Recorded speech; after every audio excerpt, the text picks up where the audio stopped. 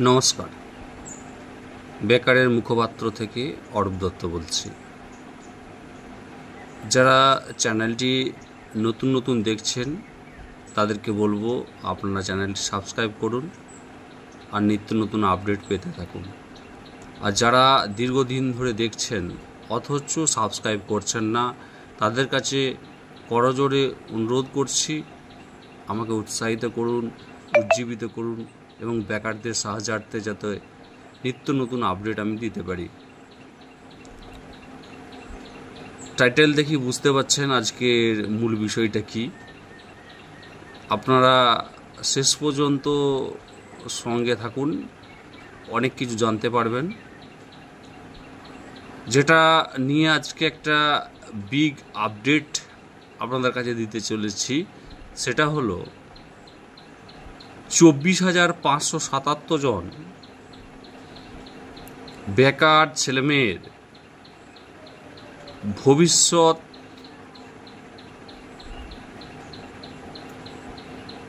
সুনিশ্চিত হতে চলেছে।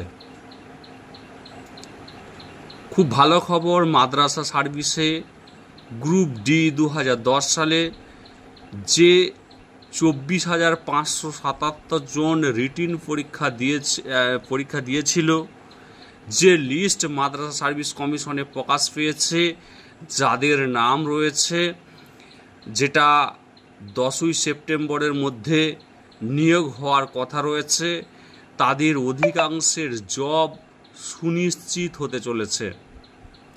বিগ আপডেট, কারণ তার পুঙ্খানুপুঙ্খ বিচার বিশ্লেষণ করে আমি বোঝানোর চেষ্টা করছি কেন 24,577 জনের চাকরি সুনিশ্চিত হতে চলেছে।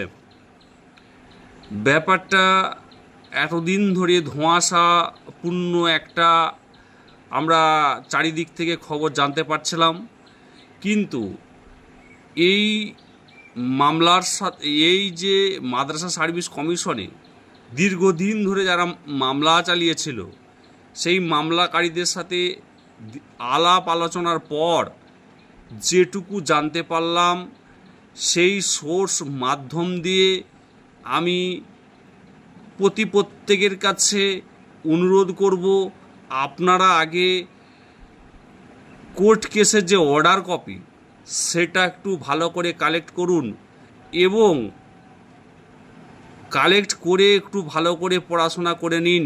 দরকার হলে আমার যে বেকারের মুখপাত্র টেলিগ্রাম লিঙ্ক রয়েছে সেখানে গিয়ে একবার কালেক্ট করুন, তাহলেই বুঝতে পারবেন যে বারবার বিচারপতিরা, হাইকোর্টে যে বিচারপতিরা বিচার করেছেন সেখানে কি বলা রয়েছে। সেখানে 73,000-এর কোনো গল্প নেই, গল্পটা আছে যারা রিটিন এক্সাম দিয়েছে তাদের রেজাল্ট বার করতে হবে। যেমন ম্যাট 907 907 অফ 2018, এই যে মামলাটা ফাইল করা হয়েছিল তার মূল নেতৃত্বে ছিলেন ফিরদৌস শামীম বাবু এবং অনিন্দ বাবু। মূল পিটিশনার ছিলেন সৌমেন মালাকার। তাহলে Soumen Malakar and others, MAT 907 of 2018। এটা মূল আইনজীবী হচ্ছেন ফিরদৌস শামীম বাবু এবং অনিন্দ বাবু। এনারা মামলাটা লড়েছিলেন মাননীয় বিচারপতি হরিশ ট্যান্ডনের বেঞ্চে। প্রায় 6 মাস আগে এর একটা অর্ডার হয়, 12/9/2023 সালে অর্ডার হয়। যারা রিটিন এক্সাম দিয়েছে তাদের রেজাল্ট প্রকাশ করতে হবে। কমিশন বারবার বলে, মাদ্রাসা কমিশন বারবার 73,000-এর গল্প বলে, কিন্তু ওই 73,000-কে ওরা কিভাবে নিয়োগ করবে, কেমনভাবে নেবে তার আরেকটা সুযোগ দিতে চাই বলে কোর্টে, এবং ওই 73,000 টেকনিক্যালের জন্য তারা নাকি পরীক্ষা দিতে পারেনি বা অ্যাপিয়ার হতে পারেনি। তো সেই গল্পটা কোর্ট কিন্তু মানতে রাজি নয়। কোর্ট বলেছে যারা অ্যাপিয়ার হয়েছে, যারা রিটিন এক্সাম দিয়েছে, তাদের তুমি রেজাল্ট বার করো। এই কথাটা কিন্তু পরিষ্কার হরিশ ট্যান্ডনের বেঞ্চে, মাননীয় বিচারপতি হরিশ ট্যান্ডনের বেঞ্চে পরিষ্কার করে লিখিত আছে। আবার 6 মাস আগে অর্থাৎ 12/9/2023 সালে যখন এই অর্ডার পাস হয়, তারপরেও দেখা যায় যে কি কোনো মতেই মাদ্রাসা কমিশন অ্যাকশন নিচ্ছে না। তার পরবর্তী ক্ষেত্রে দেখা যায় যে ম্যাথস 907 এই অ18 এর সঙ্গে একটা নতুন ক্যান ফাইল করা হয়। সেই ক্যান ফাইল হলো 20 বা 20। এই 20 নম্বর ক্যান ফাইল করে আবার মামলাটাকে মেনশন করা হয় এবং সেই মামলায় আবার রায়দান করা হয় 23/6/2024 সালে, যে যারা রিটিন এক্সাম দিয়েছে তাদের একমাত্র রেজাল্ট প্রকাশ করতে হবে। যারা অ্যাপিয়ার হতে পারেনি সেইটা নিয়ে কিন্তু কোর্ট কোনো রকমভাবেই মানতে রাজি নয়। মামলাকারীদের সাথে আলাপ আলোচনা সূত্রে জানা গেছে তারা সুন্দরভাবে পর্যালোচনা করছে। যদি 24,000 ব্যতীত অন্য কোনো বিষয় নিয়ে কমিশন মাতামাতি করে, তারা অবশ্যই আবার কোর্টে যাবে। ভালো করে শুনে নিন, যে নোটিফিকেশনগুলো প্রকাশ হয়েছে তাহলে বুঝতে পারবেন যে মাদ্রাসা সার্ভিস কমিশন পরিষ্কার জানিয়েছে 24,577 জনকে তারা 10/9/24 এই তারিখের মধ্যে নিয়োগ করবে। তাদের আপডেশনের তারিখ হচ্ছে 15/8/2024। কিন্তু যারা 1 তারিখে পরীক্ষা দেবে 1/9/2024, তাদের আপডেশনের তারিখ হচ্ছে 25/8/24। তারিখ পিছিয়ে দেওয়া হয়েছে। এবারে ভাবুন, যে মাদ্রাসা সার্ভিস কমিশন বলেছেন যে 3,000 যে গ্রুপ ডি নিয়োগ পরীক্ষা স্থগিত ছিল, তারা প্রথম দিনের বিজ্ঞপ্তিতে বলেছে পরিষ্কার করে যে সেই নিয়োগকে তারা 10/9/24 মধ্যে সমাপ্ত করতে চলেছেন। এবারে আপনি ভাবুন 73,000 নতুন করে পরীক্ষা হচ্ছে 1/9/24। তাহলে এই 1/9/24 রিটিন পরীক্ষা নেওয়ার পর তাদেরকে রেজাল্ট বার করে, খাতা দেখে রেজাল্ট বার করে তাদের ইন্টারভিউ নিয়ে কিভাবে সম্ভব 10 তারিখের মধ্যে নিয়োগ দেওয়া? অসম্ভব প্রক্রিয়া সম্ভব করা কি সম্ভব? মোটেও না। তাহলে 24,577 লিস্টে যাদের নাম রয়েছে তাদেরকে একান্তভাবে অনুরোধ করছি, আপনাদের সঙ্গে 73,000 কোনোরূপ কোনো সম্পর্ক নেই।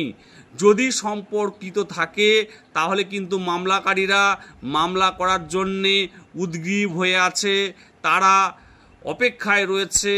কারণ 10/9/24 পর্যন্ত কোনো মামলা করা যাবে না। কারণ হচ্ছে যেহেতু কোর্টের অর্ডার আছে 10/9/24, এটা 12/9/24 পর্যন্ত অর্ডারটা রয়েছে যে এর মধ্যে নিয়োগ দিতে হবে এই যারা রিটিনে এক্সাম দিয়েছে। তাহলে যেহেতু অর্ডার হয়ে গেছে ডিভিশন বেঞ্চে, এই ডিভিশন বেঞ্চে যেহেতু অর্ডার হয়েছে যে 12/9/24 মধ্যে নিয়োগ সমাপ্ত করতে হবে, তাহলে এইটাকে আর চ্যালেঞ্জ করে কোনো মামলা যদি করতে হয় তাহলে সেটা সুপ্রিম কোর্টে যেতে হবে। তাই 12/9/24 পর্যন্ত এখন আমাদের চুপচাপ বসে থাকতে হবে। কারণ দেখতে হবে মাদ্রাসা সার্ভিস কমিশন কি কি পদক্ষেপ নিচ্ছে, আদতে রিটিন এক্সাম যারা দিয়েছে তাদেরকে নিয়ে কিছু ভাবছে, না তাদের সঙ্গে ৭৩,০০০-এর গল্প জুড়ে দিচ্ছে। এই ৭৩,০০০-কে নিয়ে মাদ্রাসা সার্ভিস কমিশন কি করবে সেটা মাদ্রাসা সার্ভিস কমিশনের ব্যক্তিগত বিষয়, কিন্তু যারা রিটিন এক্সাম দিয়েছে তাদের কিন্তু কোর্টে অর্ডার আছে, সেই অর্ডার মাফিক কিন্তু চলতে হবে, সেটাই মূল মামলাকারীরা আমাকে জানিয়েছে। আমি আপনাদের সকলের জ্ঞাতার্থে এটা জানালাম। আর কেন ২৪,৫৭৭ জনের চাকরি প্রায় কনফার্ম হয়ে যাবে?